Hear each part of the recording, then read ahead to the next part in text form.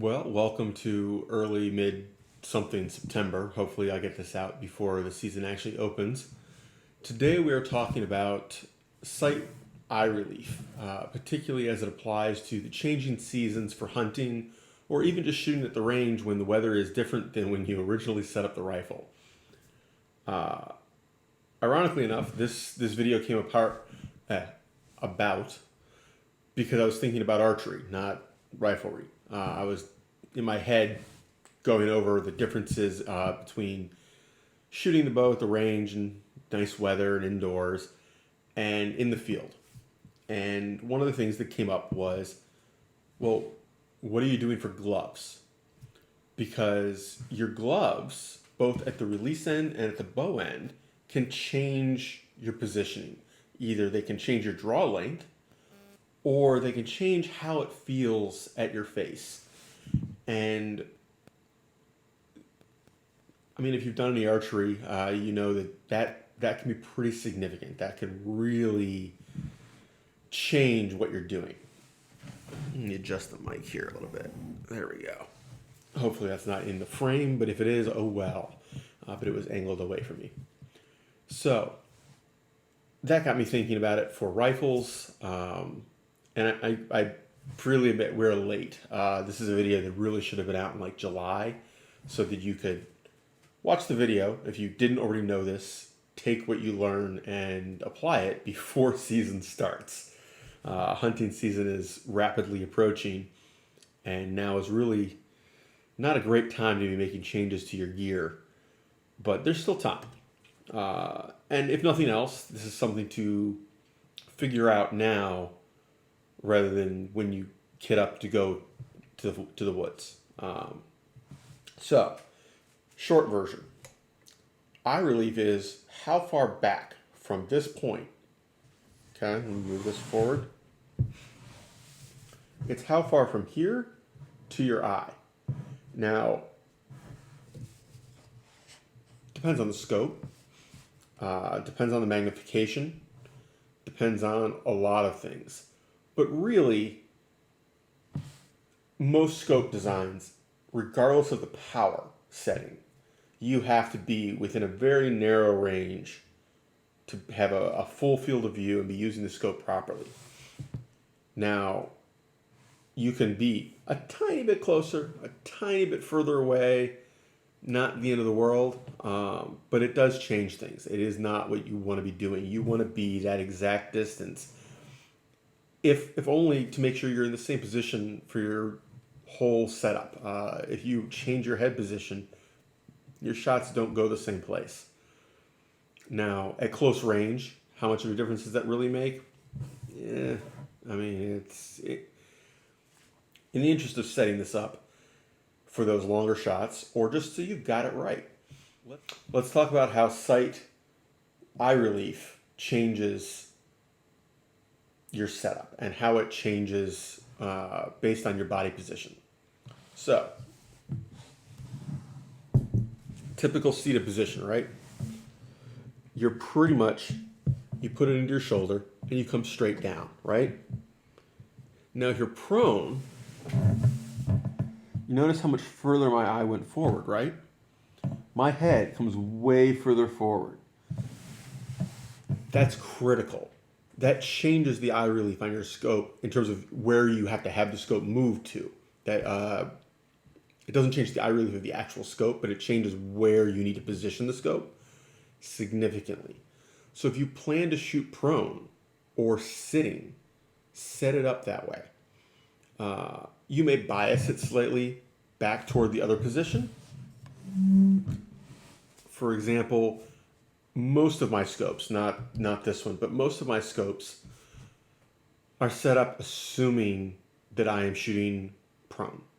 I have a not quite as exaggerated prone position in terms of my head being forward, but I do move my head forward from sitting or standing. So what I do is I move the scope forward to account for that.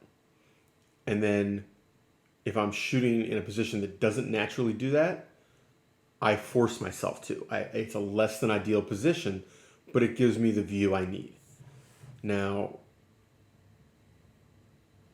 How much of a big deal? Not really.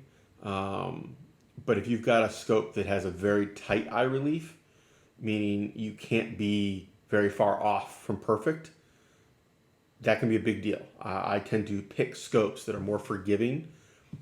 Something to keep in mind with that, the higher the magnification, the less forgiving they tend to be. This is a 2.5 to 10, and at 10 it is massively less forgiving than at 2.5. You can't be very far off. Other stuff, and there's a reason I picked an AR-15 for this rather than a bolt action. Clothing changes.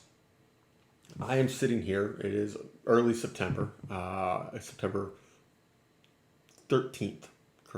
13th. Brain was not operational there. So September 13th, and I'm already wearing a hoodie indoors. I don't have the heat on yet, and it's warmer outside actually than in the house. The house is still cool from the evening, but I'm wearing a hoodie. Now, a hoodie versus a t-shirt, not a massive difference. But what if I had a base layer on, a regular layer, the hoodie, and then a winter jacket, a hunting jacket? Well, now I've got a significant amount of material between my shoulder and that stock. Significantly more than when I sighted the rifle in originally in, say, August in a t-shirt. Now, what does that do? Well,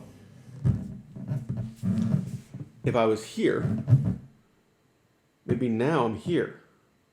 Now that looks exaggerated, but it's really not. If you put a bunch of layers on, it can be as much as 1/4 of an inch. Particularly with some of the winter jackets, they've got a pad there. They've got a hunting, a recoil pad for the hunting jackets.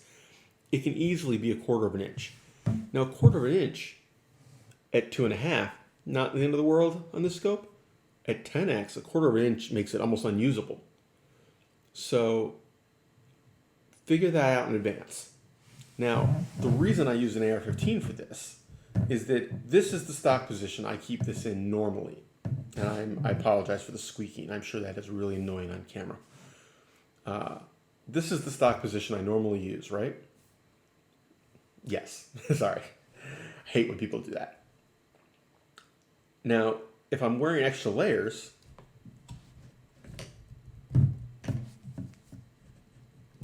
come on. There we go. That is going to be horribly loud. I apologize. Hopefully I edit that volume down in the editing.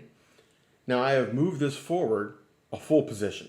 I haven't measured those. I don't know. It's probably almost 1/2 inch. But what I did is I've shortened the length of pole. Now, when I've got that heavy jacket here, I'm going to just put my fingers in as a buffer. I'm still in a good position. I can move my head a little bit and adjust. If I didn't have the adjustable stock, I would be in trouble. A lot of hunting rifles, modern ones, have adjustable stocks. They've got either spacers you can put in, whether they're quickly done or something you have to gunsmith in, or they've got a screw adjustment and the whole butt pad moves in and out. If you don't have that, you're going to have to move your scope and re-sight in. Now, obviously, you don't want to do that opening day of deer season. You want to do that now. This weekend would have been a good time to do it, but I'm, as I said, late to this video. You're going to want to make adjustments. An adjustable stock makes your life massively easier. It is one of the reasons AR-15s, yet again, are an excellent choice for hunting. You have to match the caliber of your AR to what you're hunting, match the ammo. But in terms of adaptability, I can go from prone to offhand to sitting to different scope setups to different clothing to different shooting angles. If I'm shooting uphill, downhill, I'm shooting in some weird cockamamie from a tree stand sideways and down. You can adjust everything. And with an adjustable stock like this, I mean, my range goes from here, to there. I mean, that's That's a massive adjustment. I've personally never seen a bolt action rifle with adjustment that large that didn't involve, if not gunsmithing in the traditional sense, at least removing a part and putting a new one on.